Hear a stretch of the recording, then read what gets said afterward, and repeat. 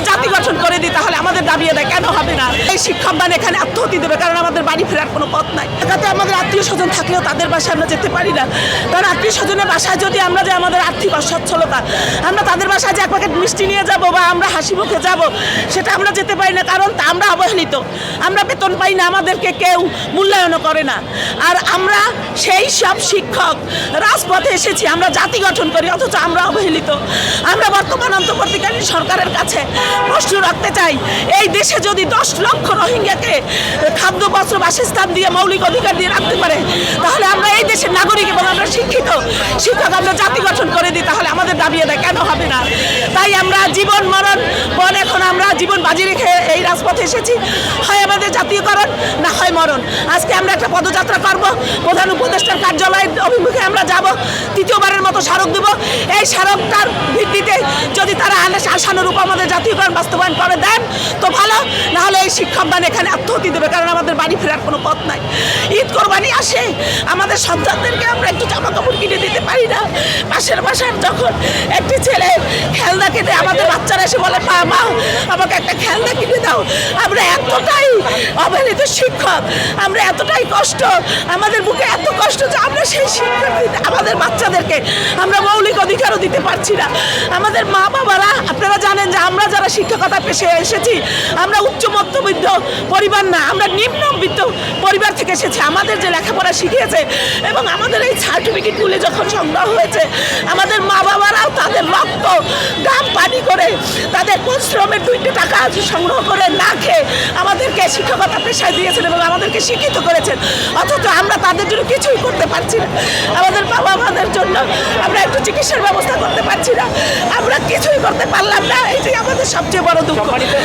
শিক্ষিকা, আসলে এখানে আমরা দেখছি যে কয়েকদিন যাবত আপনারা এখানে অবস্থান করছি, ভরসা আপনাদের সাথে কি সংশ্লিষ্ট কর্তৃপক্ষের কোনো কথা হয়েছে কিনা, নাকি এভাবেই আপনাদের কর্মসূচি পালন করে? না, আমরা এভাবে আমাদের প্রশাসন আমাদেরকে নিয়ে গিয়েছিল সচিবালয়, তখন শিক্ষা উপদেষ্টা স্যারও বলছে তারা আপনারা ধৈর্য ধরেন, আপনাদের দাবি যৌক্তিক, আমরা আপনাদের জিনিসটা ভেবে রাখবো। তাহলে আমরা কতদিন অপেক্ষা করব? টানা 7মবারের মতো বেস্ট টিস্যু পেপার ব্র্যান্ড হিসেবে স্বীকৃতি পেয়েছে বসুন্ধরা টিস্যু। আমরা সরকারের ঘোষণা আরো 1.5 যুগের বেশি হয়ে গেছে, অথচ এই বিদ্যালয়গুলি 2 যুগের বেশি, 2.5 যুগের বেশি প্রতিষ্ঠিত। অনেক শিক্ষকদের 3 মাসের চাকরির বয়স আছে, 6 মাস আছে, 2 বছর আছে, 1 বছর আছে। তাহলে আমরা এই শিক্ষকগণ অনেকে এই শিক্ষকতা পেশায় এসে মৃত্যুবরণ করে, অথচ বিদ্যালয় জাতীয়করণ হয় নাই। তাহলে আমরা 26,193টি বিদ্যালয়ের মতো যোগ্য বিদ্যালয়, তাহলে আমাদের জাতীয় দাবি আদায় কেন হচ্ছে না? আমরা প্রিয় সাংবাদিক ভাইরা আপনাদের কাছে প্রশ্ন রেখে যাই, আমরা যদি মারা যাই তাহলে এই ঊর্ধ্বতন কর্মকর্তারাই দায়ী থাকবে, যেহেতু তারা আমাদের ভাগ্য নিয়ে ছিনিবিনি করছেন এবং আমাদের সাথে জড়িত আছে 8 লক্ষাধিক শিক্ষার্থী, শিক্ষক পরিবার। এবং আমাদের এই পরিবারকে তাদের কাছে আমাদের বর্তমান অন্তর্বর্তীকালীন সরকারের কাছে আমাদের আহ্বান থাকবে যে আপনি আমাদের প্রতি সুদৃষ্টি দিবেন। আমাদের দাবিটা যেহেতু যৌক্তিক, সেটার জন্য আপনি যদি একটি বাক্যে লিখে দেন যে এই বিদ্যালয়গুলি জাতীয়করণ আওতায় নীতিমালায় আছে, অতএব এই বিদ্যালয়গুলিকে জাতীয়করণ বাস্তবায়ন করা হোক, এই একটি বাক্য যদি উনি সচিবালয় লিখে দেয়, তাহলে আমাদের এই 20,000 শিক্ষকের ভাগ্য পরিবর্তন হয়ে যাবে এবং বেকার সমস্যার সমাধান হবে। আমরা ডাল ভাত খেয়ে বেঁচে থাকতে পারবো। বললেন 20,000 শিক্ষক, জি, সেক্ষেত্রে এখানে আপনাদের যে অবস্থান কর্মসূচিতে কি যথাযথ শিক্ষকদের উপস্থিতি হয়েছে বলে আপনি মনে করেন? জি, আমাদের শিক্ষকগণ আসলে আসতে পারে না, তাদের আর্থিক অসচ্ছলতার কারণে তারা আসতে পারে না। অনেক শিক্ষক এসে বলে কি, ম্যাডাম আমি এক বাড়িতে কিষাণ দিয়েছি, রাতে আমি ওই বাড়িতে একটু কিষাণ খেটে তারপরে আমি 600 টাকা সেখান থেকে বেতন নিয়ে এখানে এসেছি।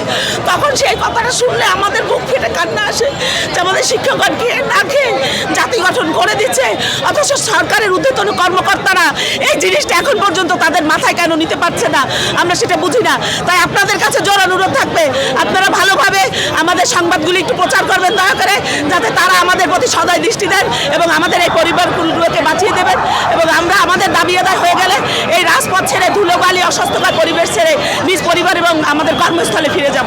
দর্শক, যেমনটি শুনছিলেন যে এখানে যে শিক্ষক শিক্ষিকারা অবস্থান করছেন এবং তারা কিন্তু তাদের যে দুঃখ দুর্দশা থেকে শুরু করে তাদের যে ধরনের দাবিগুলো ছিল, অর্থাৎ এই যে বেসরকারি প্রাথমিক বিদ্যালয়গুলোকে জাতীয়করণের জন্য সরকারের কাছে যে একটি আহ্বান, সেটি কিন্তু তারা কালে কণ্ঠ থেকে সর্বশেষ।